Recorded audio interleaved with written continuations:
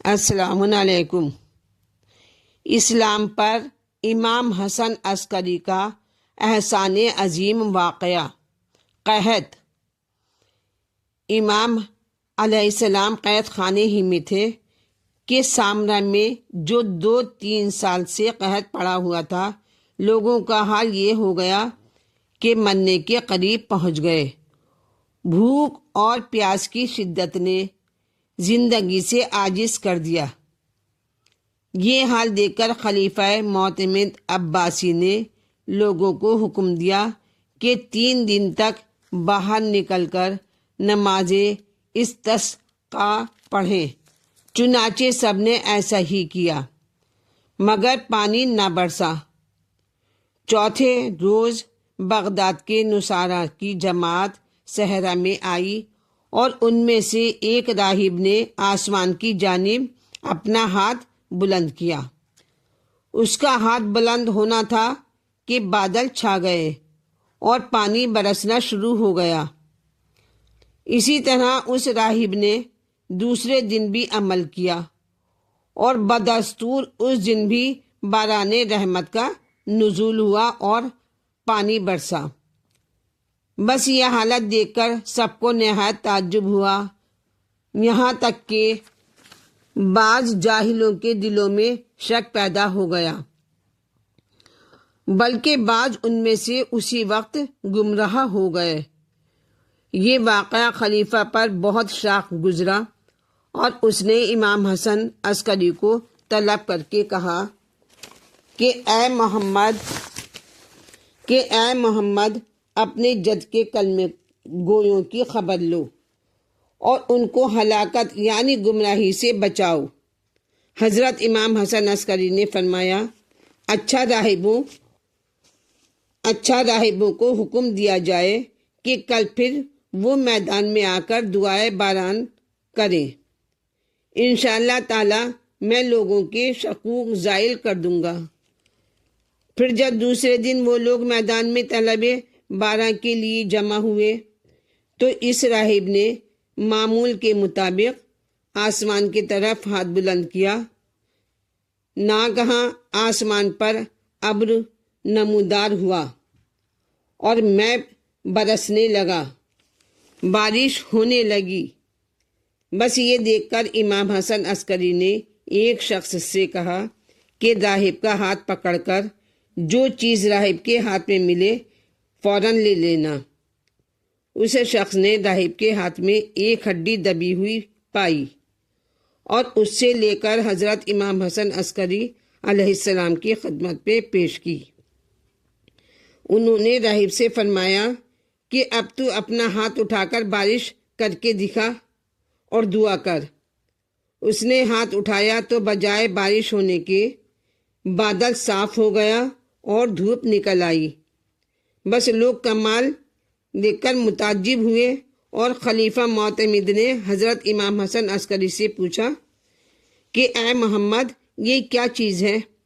تو آپ نے فرمایا کہ یہ ایک نبی کی ہڈی ہے جس کی وجہ سے راہب اپنے مدعا میں کامیاب ہوتا رہا ہے، کیونکہ نبی کی ہڈی کا یہ اثر ہے کہ جب وہ زیر آسمان کھولی جائے، آسمان کے نیچے کھولی جائے تو باران رحمت ضرور نازل ہوگا اور بارش ہوگی۔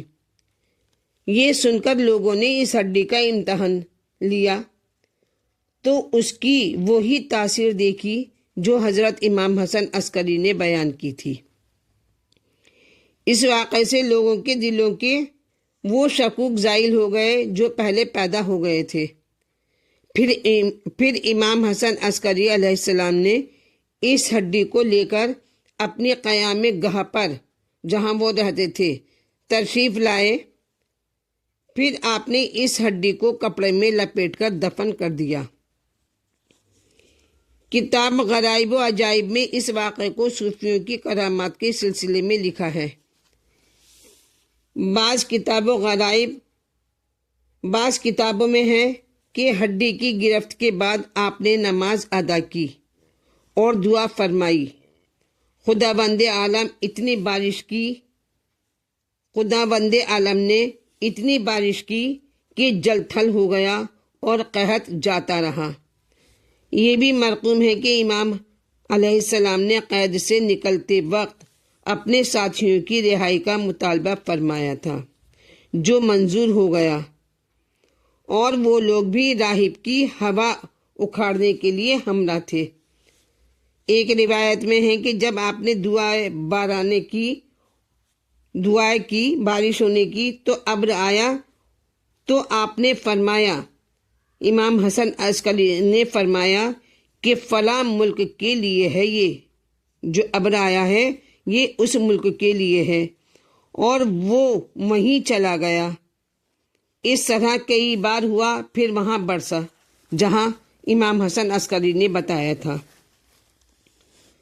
اب واقعہ قحط کے بعد کیا ہوا؟ سن 256 ہجری کے آخر میں واقعہ قحط کے بعد حضرت امام حسن عسکری علیہ السلام کا چرچا تمام عالم میں پھیل گیا۔ بس اب کیا تھا کہ جو ان کے مخالف تھے سبھی کا رجحان آپ کی طرف ہونے لگا، اور آپ کے وہ ماننے والے جن کے دلوں میں آل محمد کی محبت کمال کو پہنچی ہوئی تھی، وہ یہ چاہتے تھے کہ کسی صورت سے امام کی خدمت میں امام مہدی علیہ السلام کی ولادت کی مبارکباد پیش کریں، لیکن اس کا موقع نہ ملتا تھا، کیونکہ یا تو امام قید میں ہوتے تھے یا حراست میں، ان سے ملنے کی کسی کو اجازت نہ ہوتی تھی۔ لیکن قحط کے واقعے سے اتنا ہوا کہ آپ تقریباً 1 سال قید خانے سے باہر رہے۔ اسی دوران میں لوگوں نے مسائل وغیرہ دریافت کیے، اور جو لوگ زیارت کے مشتاق تھے انہوں نے آپ کی زیارت کی، اور جو خفیہ تہنیت ولادت حضرت حجت علیہ السلام ادا کرنا چاہتے تھے انہوں نے تہنیت ادا کی۔ علامہ محمد باقر لکھتے ہیں کہ سن 257 ہجری میں تقریباً 70 آدمی مدائن سے کربلا ہوتے ہوئے سامرا پہنچے، اور حضرت امام حسن عسکری علیہ السلام کی خدمت میں حاضر ہو کر تہنیت گزار ہوئے۔ حضرت نے فرد مسرت سے آنکھوں میں آنسو بھر کر ان کا استقبال کیا اور ان کے سوالات کے جواب دیے، اور عقیدت مندوں کی آمد کا چونکہ تانتا بند گیا، لوگ ان کے پاس آنے لگے، اس لیے کہ خلیفہ معتمد نے آپ کے حالات کی نگرانی کے لیے بے شمار جاسوس مقرر کر دیے تھے۔ امام علیہ السلام جنہیں حکومت کی نیت کا بہت اچھی طرح علم تھا، خاموشی اور گوشہ نشین کی زندگی بسر کرنے لگے، اور آپ نے اس کا التزام رکھا کہ ملکی معاملات پر کوئی تبصرہ نہ کیا جائے اور صرف دینی امور سے بحث کی جائے۔ چنانچہ 257 ہجری کے آخر تک یہی کچھ ہوتا رہا، لیکن خلیفہ مطمئن نہ ہوا، اور اس نے اپنی عادت کے مطابق حسب عادت روک ٹوک شروع کر دی، اور سب سے پہلے اس نے خمس کی آمد کی بندش کر دی۔ جو بھی میری ویڈیو دیکھ رہے ہیں وہ میرے چینل کو لائک کریں، سبسکرائب کریں، شیئر کریں۔